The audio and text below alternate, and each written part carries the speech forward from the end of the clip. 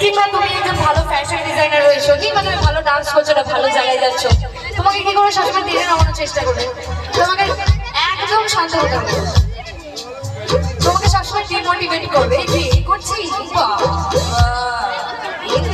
এই জগৎটা ভালো না করে না, হ্যাঁ এরকম বলে তো করিস না বাবা, আমি জানি ওর মেয়ে রাত্রে এই করে।